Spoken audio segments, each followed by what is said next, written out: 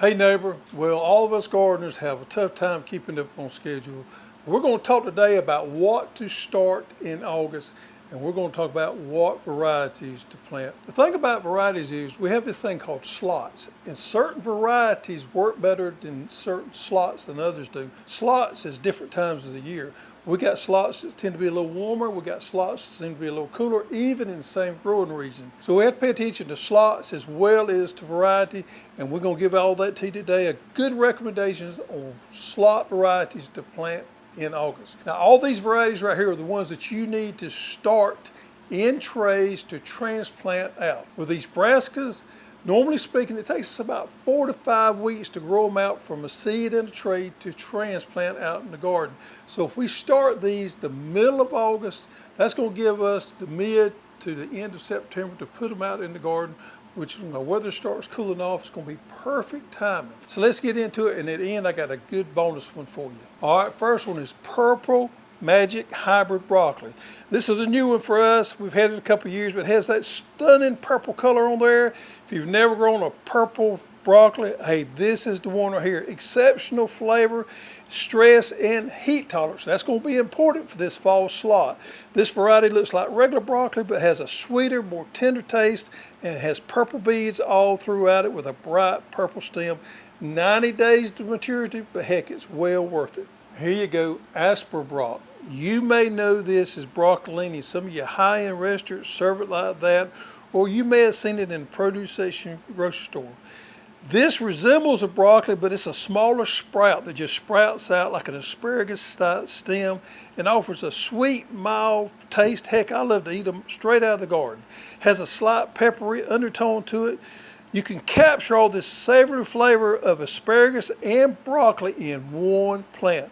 Man, this is a trending thing that most people absolutely love. The whole plant is edible, and it's cut and come again. Takes about 50 to 60 days to maturity. Twister cauliflower. Now this here's a hybrid variety with a lot of vigor on it. What I love about this one right here is the wrapping of the head. Folks, you know when we plant our cauliflower, we have to go out there with rubber band and wrap the heads with rubber band to keep those heads protected. This twister cauliflower does it on its own. Those leaves actually wrap around the head and protect it. Now the heads are bright white and they're tightly packed due to its incredible internal wrapping of those leaves.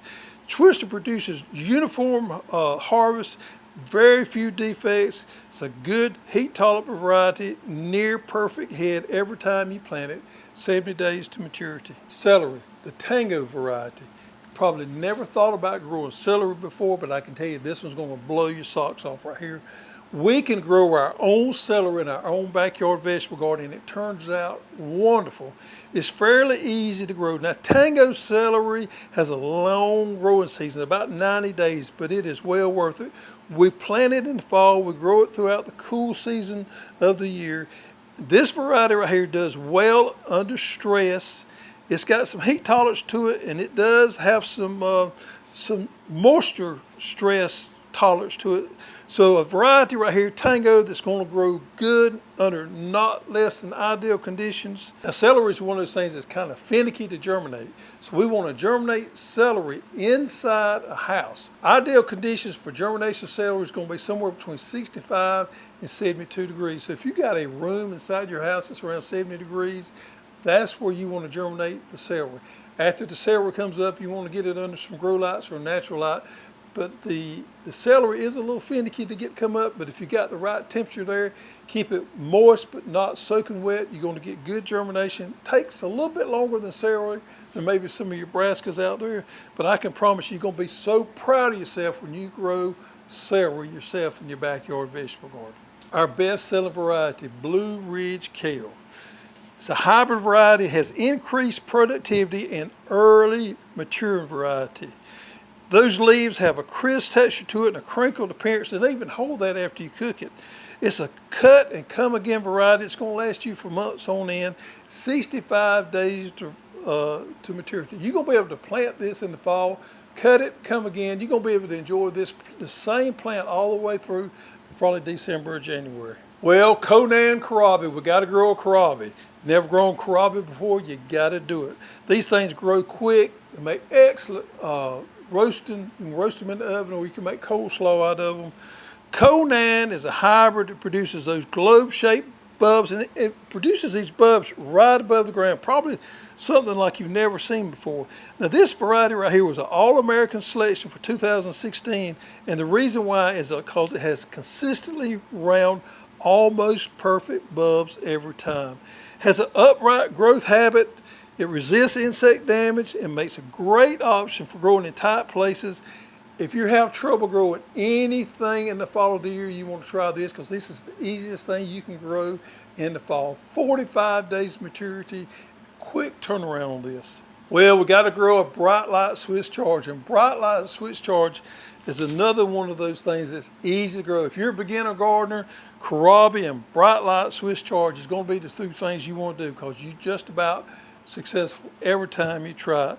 Now, this variety of Swiss Chard, you can cut it as a baby leaf or even let it get to that full leaf production, and it has equal mix of gold, pink, purple, and red stems. Absolutely beautiful, beautiful plant. Swiss Chard is easy to grow, and look here, this variety here is an All-American selection, has superior bolt tolerance, and it's good heat tolerant variety for that first slot in the fall. 55 days to maturity. Charleston Wakefield cabbage, folks. This was the very first cabbage I ever grown when I started gardening years ago. This is an heirloom variety. It's been around for a long, long time. It was introduced back in 1892, believe it or not. It's an open pollinated cabbage variety, and it has a cone-shaped head on it. Average around 6 to 8 inches long, around 4 to 5 pounds. It's a very heat tolerant variety, and it's adapted to growing in all your warmer climates. 75 days maturity, but I'm gonna tell you, this variety right here has got a flavor that I've never seen in any other cabbage. It's got a little different texture to the leaf there. The flavor is a little different. Absolutely delicious. One of my best tasting cabbages I've ever grown. All right, folks, this is your bonus right here. Direct seed this directly in the garden. If you've got a plot available out there that you don't have anything on, you can plant you some cowpeas in that plot there to have a wonderful harvest later on in the fall. We know from experience, cowpeas do wonderful in the fall of the year. We have less insect pressure. The variety right here is Top Pick Pink Eye Pea. Now this is an open pollinated cowpea known for its concentrated pod set on top of the plant. The benefit of this one is it's probably the easiest one to harvest that I've ever seen. This improved pink eye variety produces a delicious cream colored pea, and the creamy texture and sweet flavor, it has an earthly tone to it also, more than your traditional pea varieties. These plants are compact, bush growing habit, but the pods just load up on top of the plant, so you don't have to dig through there. You can get out there and pick them pretty dadgum easy. One of my favorite pink eye varieties. But look here, if you've never grown peas on that spot before, you're gonna need to put you some inoculant on there. So you just take your shaker can of inoculant, sprinkle in there, and this is gonna help that plant be a lot healthier. This is a beneficial bacteria that helps those legumes produce a better, healthier plant. So just because it's hot and everything's getting to the end of its life, there's other things we can start in the garden. Hope that helps you today with some good varieties that works in that fall slot to get started gardening again this fall.